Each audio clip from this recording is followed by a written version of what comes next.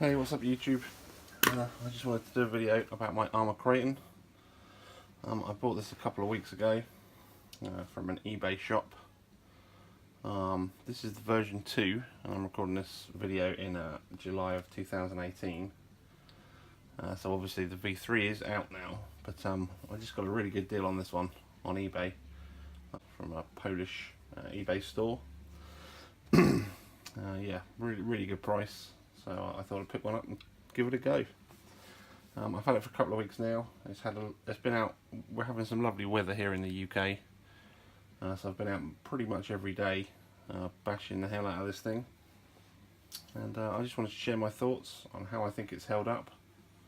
And I'm going to run you through some of the upgrades that I want to carry out on it to try and make it a little bit better. So the body shell's held up pretty good. You know, it's not too bad. It's got a few little dings and dents here and there. There's no sort of splits or anything anywhere, apart from at the back here. There's where it goes into the body posts, they're split completely there. And the other side is kind of on its way to doing the same thing. But overall, it's not too bad at all. You might notice that it does look slightly different to the way it came out of the box. It comes with a whole bunch of really sort of gaudy stickers over it, which I didn't like too much. So I just peeled a lot of them off. All the little D-boot stickers and the graphics ones I peeled off. I liked these Arrma ones, but originally they were up here on the roof, and you couldn't really see them because of the green pattern. So I just peeled them off and changed the position of them to down here. I think they look much better there. So yeah, probably not to everyone's tastes, but I like it. I really love these little tethers as well. I really like those. So the general design of the body is okay. I don't think it's the best looking body in the world, but it's not the worst either. Now, as you see, I've already started doing a few upgrades on this thing. We have at the front here the RPM front bumper. Now the standard front bumper that it comes with, I don't know if you can even call that a bumper. It's just a tiny, it's like a buggy bumper. It's just a very tiny little piece of plastic that just covers the front suspension support brace thing. And yeah, it's garbage really. It's for a truck this size. I don't understand why they wouldn't put a proper bumper on there. But luckily, RPM do this aftermarket one. Very easy to fit. You just stick the 4 screws in to where the original ones went into the diff housing at the front there. And I love this RPM plastic. It's so cool. It's whatever this blend of plastic is, it's nice. It's got just the right amount of give. So it's nice and rigid, but it will give in a front end smack, which is what you want. And I can definitely testify to the strength of that thing. I have nosedived this thing into grass, into very hard packed dirt, and into concrete, and it's just got a few tiny little scuffs on it. It's really nothing at all. It's still pretty much in immaculate condition, and it was cheap too, man. It was only about, I think it was £12 or something. Very cheap, excellent upgrade. T-Bone Racing do one which has a little brace which comes from the front of the bumper and bolts onto the front of the diff case here. I don't know, that doesn't seem like a good idea to me. I don't see why. The whole point of the bumper is to try and protect this diff case. This is the expensive part that you don't want to have to replace. So having a brace just seems like it's going to transfer any big shocks that you get from the front straight into your diff case, which doesn't seem like a good idea. And I don't really like the way the T-Bone one looks either. They're a bit gaudy, they're a bit toy looking. This one looks really good. And with the body on, it really looks like it belongs there, you know. It's a fantastic bit of kit.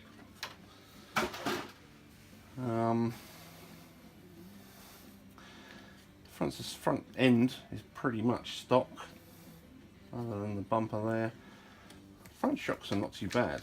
The spring, again, it came with these preload adjusters wound pretty much right. I mean, I think they are all the way down to the bottom of that thread, and still there's not a lot of preload on those springs, so clearly they are a bit on the soft side. Damping feels pretty good. Yeah, actually, the damping is a little bit soft as well. But again, the front end's been reasonable. Now, there is one issue that I've had recently. After the last time I took this thing out, I did notice one of the wheels was a bit wonky, and hopefully you can see that on the camera there. There's a huge amount of play in that pivot ball. And you've also noticed, I don't know if you can, hopefully you can see that as well, that's actually pulled out a little bit. It should be in flush like this one is, and this one somehow, I'm not sure if it's unwound itself or if it's pulled out, but that should be all the way in up to the end of the suspension arm there, and it isn't. I'm not that familiar with these pivot ball suspension setups, so I don't know why that's doing that. We'll take a look at that later on. Inside,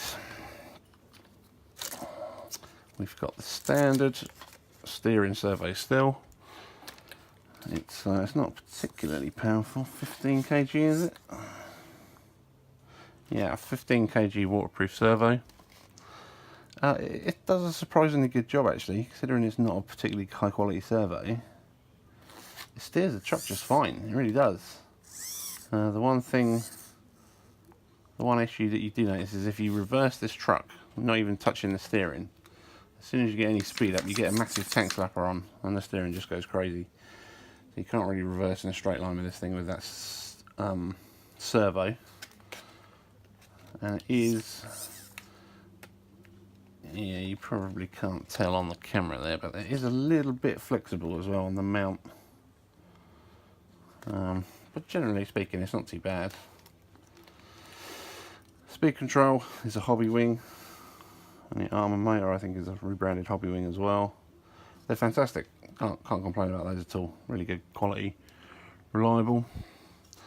One thing I don't like, this little fan cover at the top here looks great with the little Arrma logo on it, but it doesn't really do its job at all. I don't know if you can pick that up, but that is actually full of grass and sticks and stones and all sorts, and it makes a hell of a racket when you get something in there. So I might need to think about putting a piece of mesh, a bit of wire mesh or something over there to actually stop that stuff getting in the fan. I love the cable management. Again, these are the little touches that I talked about. Having those little clips to hold all the cables in place are fantastic. There's another one up here on this front brace. I hate having wires flapping around, it does my head in. That's why I've got a little strap around the second battery plug there, which I don't use because I use a single 6S battery. But yeah, that's really good. You will notice obviously there is a little bit of an addition at the back here, and that's this GPM chassis brace.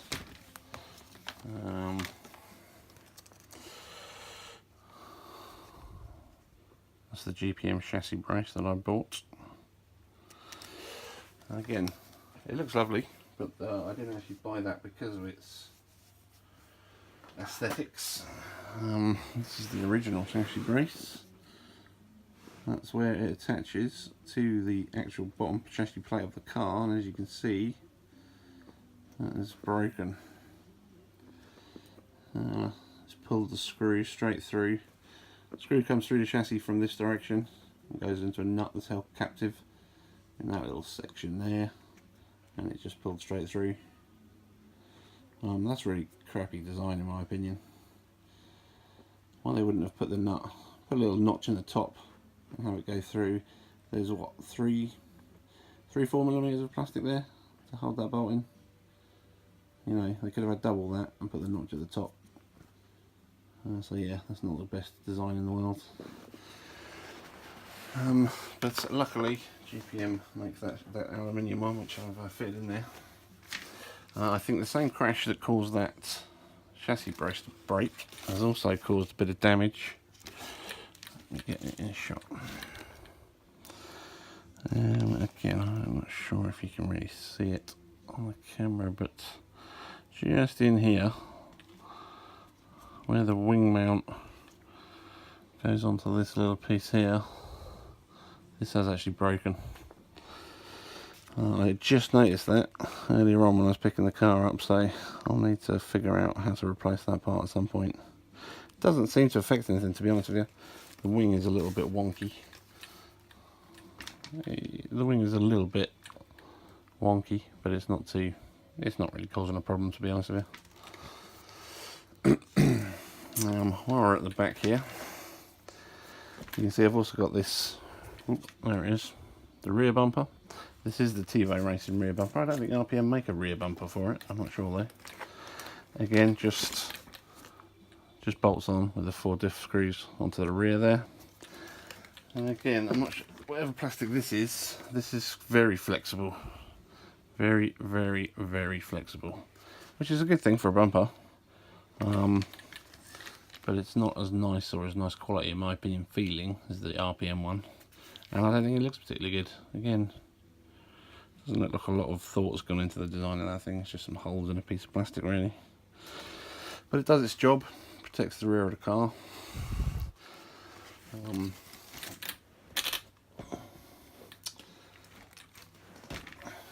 the other thing you may notice is that we have a shock on this side, but we don't have one on that side. Again, that was from a fairly recent bash session.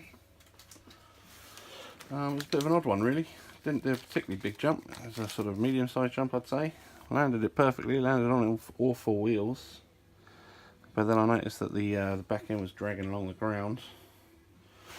And when I had a look, this is what the shock end looked like.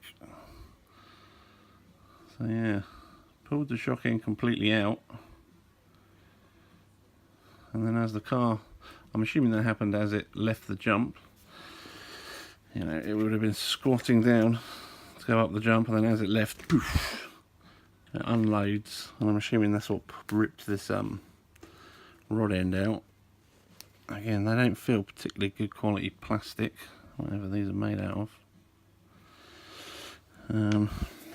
But yeah, obviously that's what it should look like. That's the new one I put on there. I did also lose this little part here. That was on a previous session. A little spring retaining cup, I suppose you call it. Again, I think that's to do with these springs being so soft and having so little preload on them. And it just pushes on the shock shaft like that, and the cup goes over the top. But there's takes almost no force at all to pull that spring up. It's not a surprise really that I lost one of those. Luckily, I'm going to do this little kit. AR 330203 composite shock part set. You get a couple of the little shock cups, a couple of rod ends, a couple of the little piston dampers, and a selection of washers there, and a little retaining cup thing. So yeah, that's definitely worth picking up, because you're pretty much guaranteed that you're going to have issues with these shocks at some point.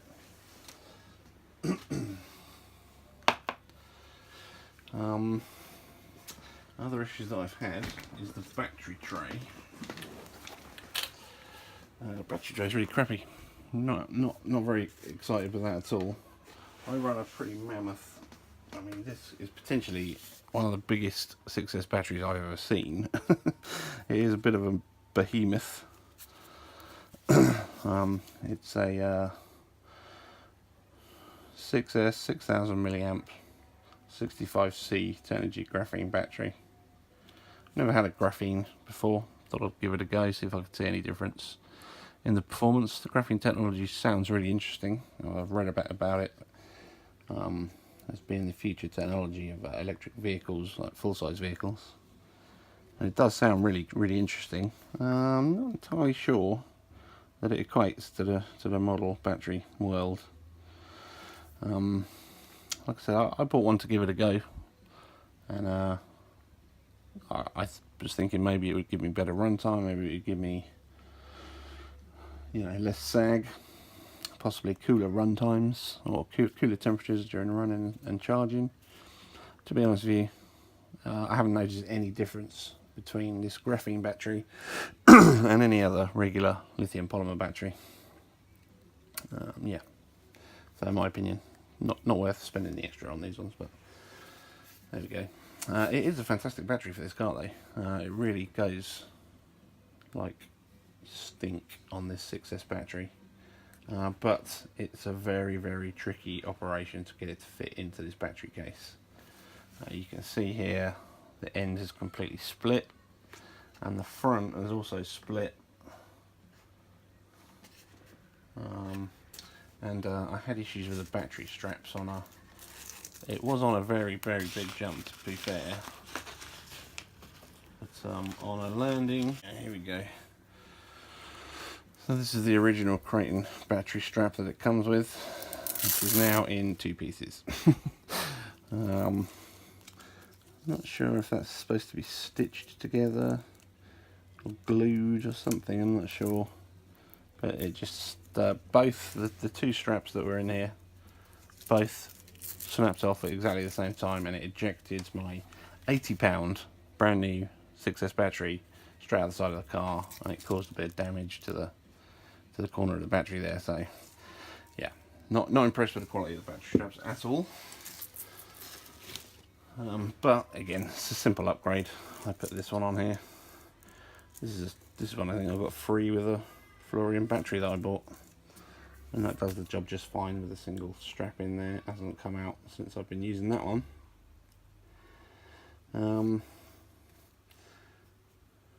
Yeah, so in terms of like breakages and stuff, that's pretty much it.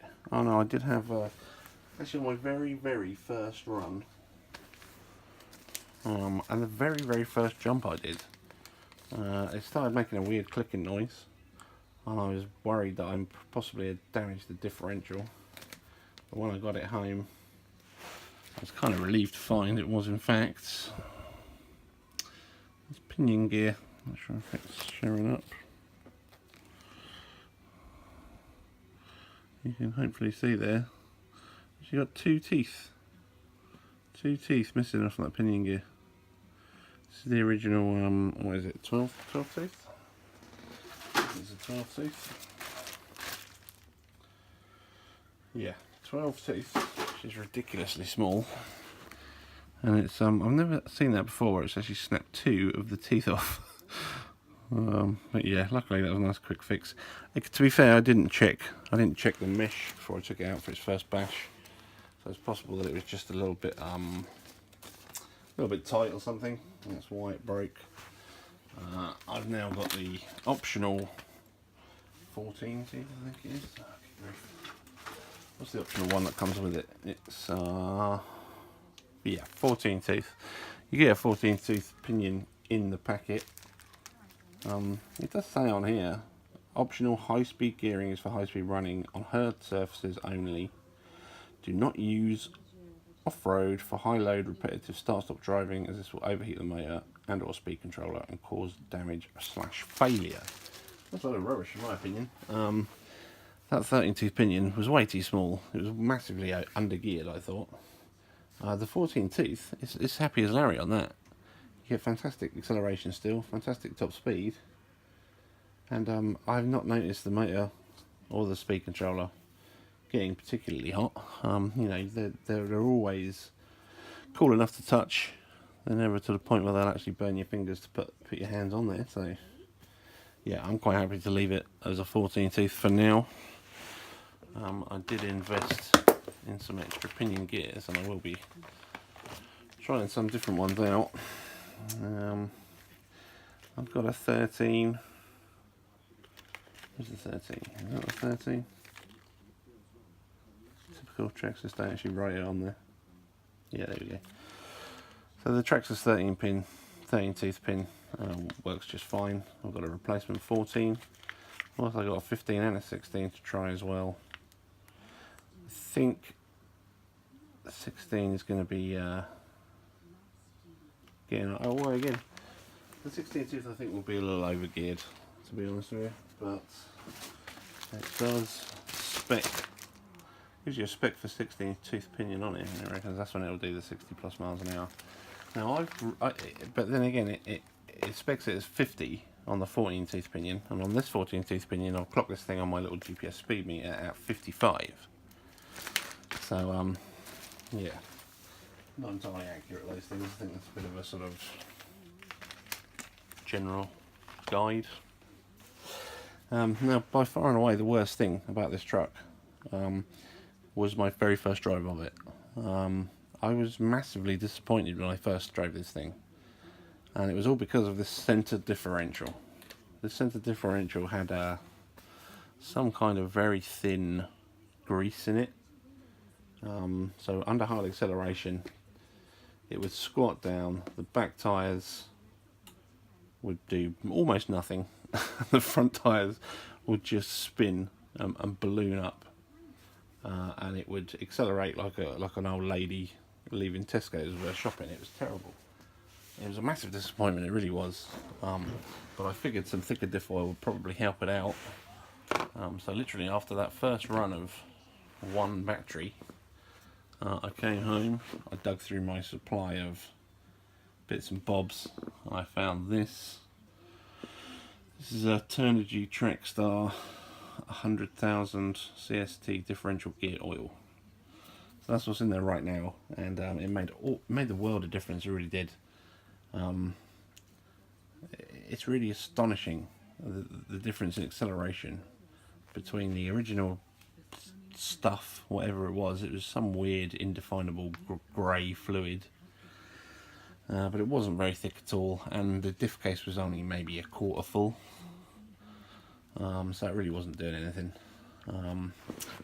Filling the diff case full of this 100,000 weight totally transformed the whole truck. Yeah, it does still balloon up the front tyres a little bit. There's still a bit of a slip in there, but it's much better. Really gets off the line fast. It will do wheelies on 4S no problem at all now.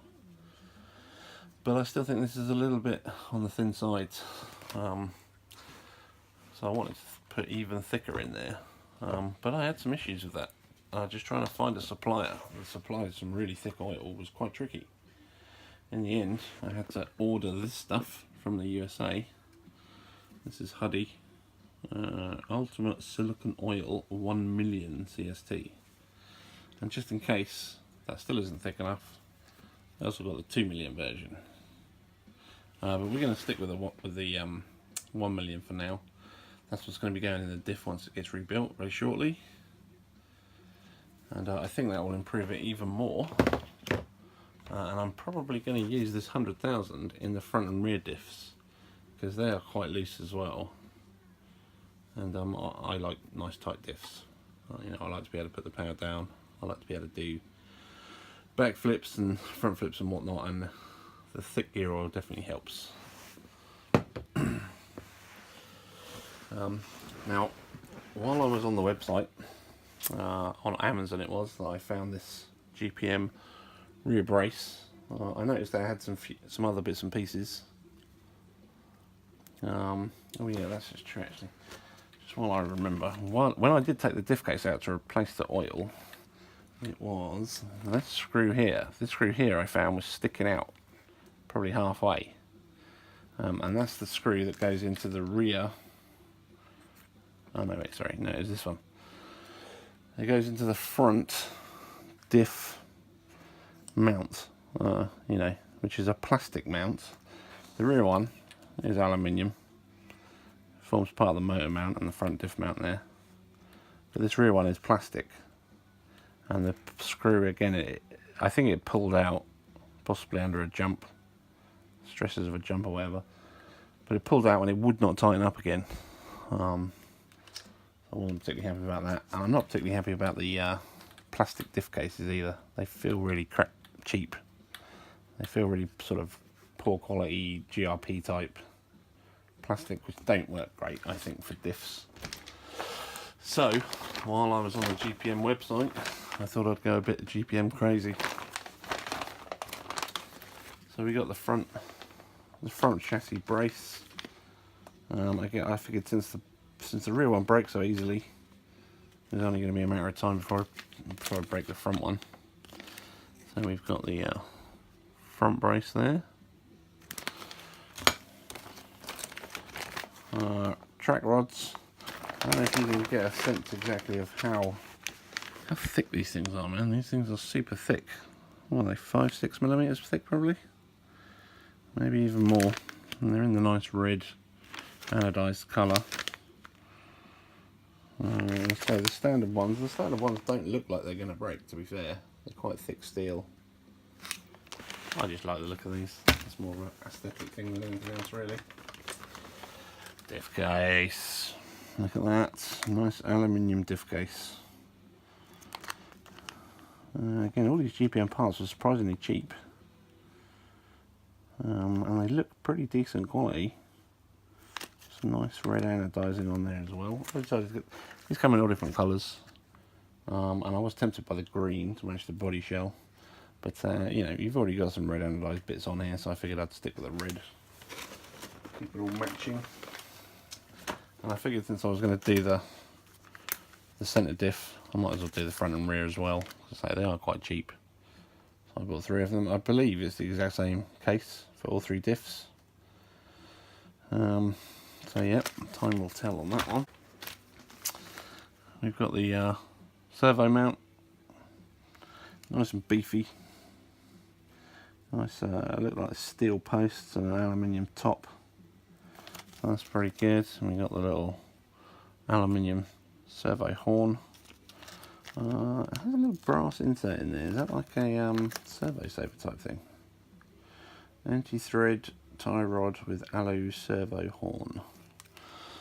So it kind of looks like, I'm not sure what that is, to be honest with you. I think that might be like a little servo saver type brass piece in there. But again, I'm also going to be replacing the servo. I haven't quite decided exactly what I'm going to use it. I won't be using anything too fancy. We also got the steering assembly. That is the servo saver part there, and the little link arm between the 2 parts, and the little upright post. So hopefully that's now going to be able to go in reverse without flapping its wheels all over the place. And of course that front or rear, whatever it was, this is a replacement for the plastic diff housing, aluminium one. Again, a couple of quid, totally well worth it in my opinion. And then the other part we got was the shocks. We got a complete set, front and rear shocks, which was an absolute bargain. I looked into possibly trying to rebuild these shocks. You know, the Techno springs apparently are pretty good. They're a lot stiffer, but they're under damped as well. These, especially these rear ones. These rear ones are very much under damped. These GPM replacements. I'm not sure. I think that spring is a little bit thicker. It looks about the same length though. But there is more. There's more turns on the body of the shock there, so you can actually wind the preload in a little bit more on those shock bodies. And the rod ends appear to be a little bit better quality as well. Looks like they're a little bit meatier than the original ones. But time will tell. It's always nice to have a spare set of shocks. You know, I'll carry these original ones with me at all times because you always break shocks, and it's always nice to have one in the bag. You know, it's a 2-minute job to replace a shock, and you can carry on driving for the rest of the day. So it's all worth having a spare set. And so there we go. That's all my GPM parts. In total, I think this came to about £90, which is for all of these aluminium parts and the rear brace that you see on the car. Which, considering, you know, the number of bits and pieces I got, I think it's pretty good value. So yeah, I'd say the quality seems fine. So yeah, the only other thing that I really wanted to try and address was that battery box issue. And I noticed a few people have said that the battery box from the Kraton, apparently, not from the Kraton, sorry, this is a Kraton, from the Outcast, is apparently better than this Kraton one. So I've got one of those. It's not called. It was tricky to find this actually. It's not called an Outcast battery box. It's called a battery tray set large. AR 320351. And my well, it's got the same crappy. These are the exact same straps that broke on the Kraton battery tray. Or at least that one is. This one over the top is different. It's thicker, and it doesn't have this part where the hooks and the loops are kind of glued together. This is a single strip of sort of it's got a hook and loop all in one, so it just sticks to itself. And it looks a lot beefier, so I was quite happy with that initially. Obviously the tray is considerably bigger on the sides and has this little sliding piece that accommodates the battery.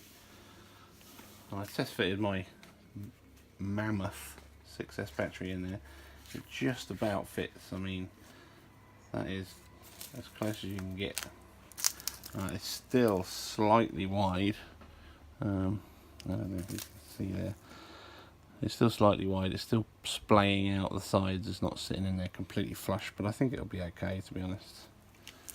I think we'll have to go in that way around actually. And then you've got the one strap across the top. And then we run into another issue. Obviously on this battery, the wires kind of come out of the center of the battery, which is exactly where that strap wants to go. So you kind of have to stick it off to one side of where the cables come out of the battery there, and then when you try and tighten it up, I mean, you can get it tight, but it's off to one side, and I can see that just sliding off. And then we're back to just having one crappy strap holding it in there again. So still not ideal, this battery tray, but I think it is better than the stock one, which is garbage. So I probably will be fitting this, but again, it's not a direct bolt-on replacement because this comes from the Outcast. The distance between these hole centers is different. On the Kraton, it's actually longer. So the original battery holes are going to be somewhere around there. And these back ones, actually this has got holes here. I wonder if that will fit as a direct replacement. That'll be interesting to see. Can't really tell. It does actually look like that is going to go straight on. It's going to be a straight bolt-on replacement. So that would be a result. If I don't have to mess about modifying it, that would be fantastic. Yeah, so again, if you would like to see what this thing looks like with all the GPM upgrades and the new battery box installed, then check out my next video, and thanks for watching. Bye bye.